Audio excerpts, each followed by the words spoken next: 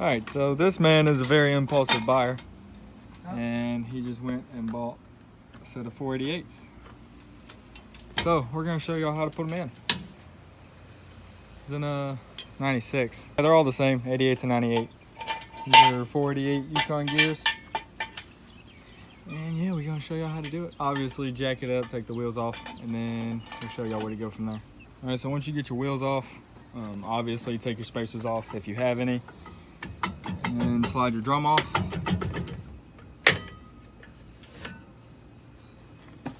And the reason you're doing all of this is because you're gonna have to take everything apart and slide your axles out a little so you can get your gears out. A lot of times when you go to take these old brake drums off that hadn't been taken off in 20 years, they'll be a little stuck. You just give it a couple taps with a hammer. You'll loosen it up, and then you just slide it right off. After you get your brake drums and everything off, you want to come up in here and take off these 4 bolts holding on your drive shaft, so you can let that hang while you're working on everything. Once bolts are out, a lot of times the drive shaft will be stuck, so you just take a little pry bar and pop it out. Pretty easy. Make sure whenever you lift it out, those little caps, you don't pull the drive shaft out and leave the caps stuck in there, because those caps are holding in a bunch of needle bearings and they'll go everywhere. So make sure you get them all out at the same time. Sometimes it can be a little tricky.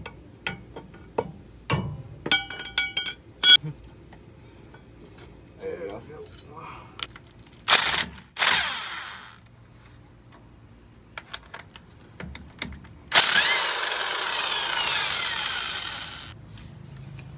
All right.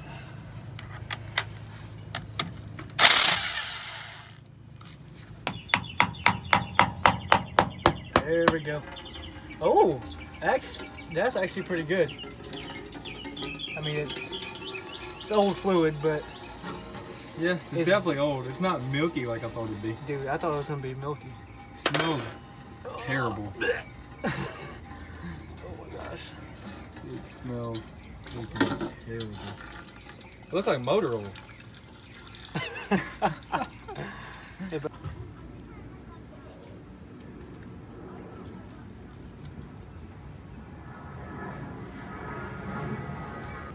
So just slide it to it goes upside down.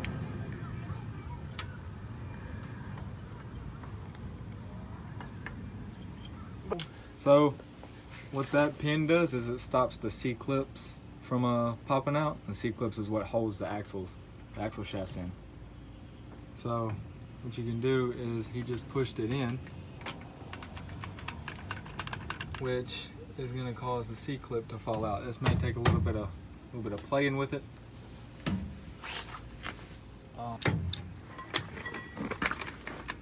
You can actually see the C-clip right there, that silver piece. That's what you want to just fall out.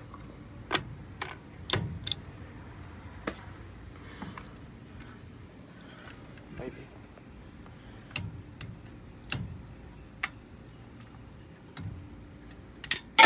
Just like that. And now it's in the bucket hole. So you may want to move this whenever you're dropping these out. Alright, so now you should be able to just slide your whole axle shaft out. The end of it is now sitting probably right about here somewhere. Yeah, and you do the same thing with the other side, and then you're good to take these bearing holder, The bearing carrier bolts right there and on both sides. And the whole carrier should just come right up. What we were messing with. These little C-clips.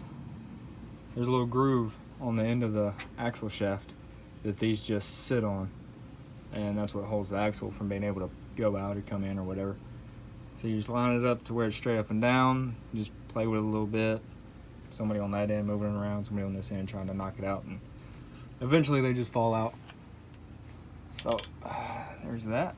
So we got both axle shafts slid out, and we were about to start getting ready to take off the bearing carrier bolts so we could slide the carrier out. But what we're actually going to do is we're going to go ahead and take all these ring gear bolts out just because of the fact that it makes it easier. Just something to keep in mind, these ring gear bolts, they're reverse threaded, so yeah.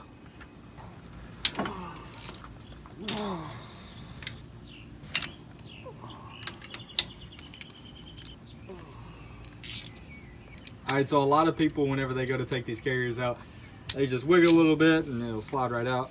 That didn't happen to us, so we know that's not going to happen for somebody else. So what we're about to do is hook a ratchet up there, run the other side through the top and around it, and connect it back to the thing. So it's got a loop going all the way around, and we're just going to ratchet it straight out. We don't know if this is going to work, but it sounds like a good plan. So.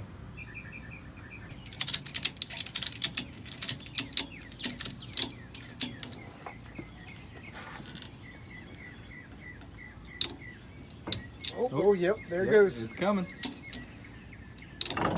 There it goes. Oh, yeah, buddy. All right. Oh yeah, that worked perfectly.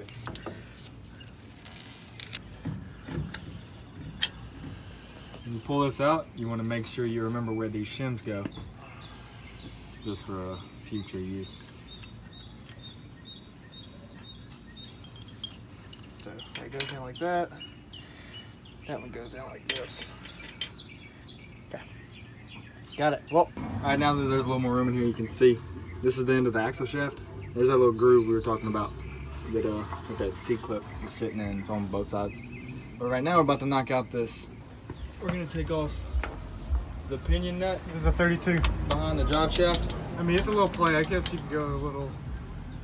Somewhere around a 32. So it looks like. Pops And you off. got a little crush washer, or whatever this is called. Yeah, Really so make sure you know. don't lose that. Yeah, just put it back in there. Just get some of the hammer it on the other side. There it goes. And just like that.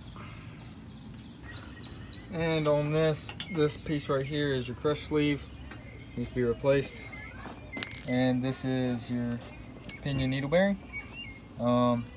Most people replace it when they do stuff like this, but this one's in pretty good shape, so I believe we're just gonna leave that in there.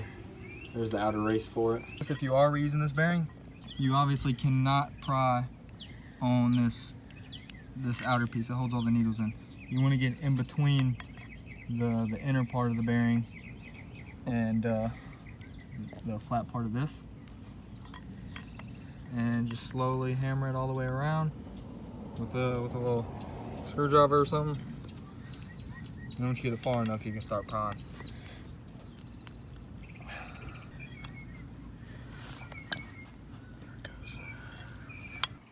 So, got the old pinion, bearing off, crush sleeve off. You gotta buy a new crush sleeve. Probably best to buy new bearings, but we're gonna use that one because it's in pretty good shape. So, got the new one right here. Now we're about to knock off Hold ring the gear off the carrier. hold that.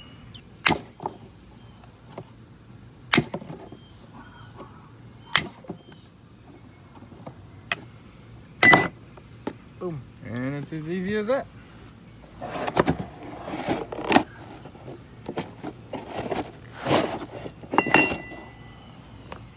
And that's what you're replacing. That and this. Just make sure you don't forget putting these back in. They're reverse threaded. Right. Make sure when you're tightening all these up, you don't just try to torque one all the way down and then go to another one, torque it all the way down. Just slowly go around each one, you know, kind of like a star pattern. Just torque them down a little bit, go to the next one a little bit, so just the ring comes all the way up even, all the way around. You don't want it getting all crooked and stuff. Torque down and everything, all flush all the way around. We're gonna finish torquing it down once it's in the rear end, so it's easier to hold, so it's not spinning. With this, we got the needle bearing knocked back down on the new pinion gear, and I know we said we're gonna replace this, but he was doing a lot of research and stuff, and a lot of people were saying whenever they put the new crush sleeve in there, it doesn't crush enough or doesn't crush quite right, so it causes a whining noise. So we're just gonna try using that one. So we're doing a re-gear on this rear end, and we haven't replaced a single seal, bearing, or crush sleeve.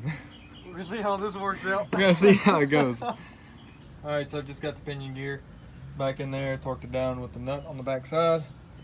Now the pinion gear is good, and we're about to throw the carrier back in. All right, so we just got the carrier back in with all the gears. Everything lined up pretty good. Got the shims back in the same way they came out. And you can see how much play we have in there. You can hear it hitting the pinion gear in there, but you can't really see it. So as far as we know, that's perfect. That's exactly how it needs to be. So we're about to see the wear. Good thing this thing came with markers. It's already on it, so we can see the wear pattern on it. Yep. So we're about to put the bearing carrier brackets back in and slide the axle shafts back in. Put the tires back on. Slide the C-clips back on there. Cover it up. Fill it with diff fluid. Tires back on, and we should be good to go. All right, so I just got that C-clip in. You just want to open it up till you get this big hole, and then slide it back a little bit more. Right there's good. And you just want to get it to where you see the channel that the C-clip sits in, right in the hole. Let me go further in. There it goes. And just slide it in there like that. So you just line it up. Pop it in. It's a little too far. There it goes. The back side of it.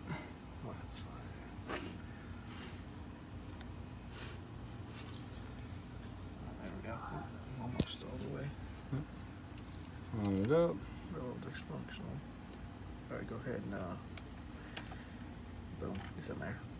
All right, like we said, we're gonna wait till we get this in. The bearing carrier brackets are on, but now we're about to go back and just make sure all these ring gear bolts are torqued, because you can get them a lot tighter in the diff than you can just sitting on the ground. All right, got it all buttoned up. Wheels back on, disc full of fluid, covers on, gaskets on, everything is tight and good. So that is about it for the install. So yeah, just let us know in the comments if y'all got any questions of something we didn't answer in the video. I'll be checking it as much as I can, but it's gonna do it for us.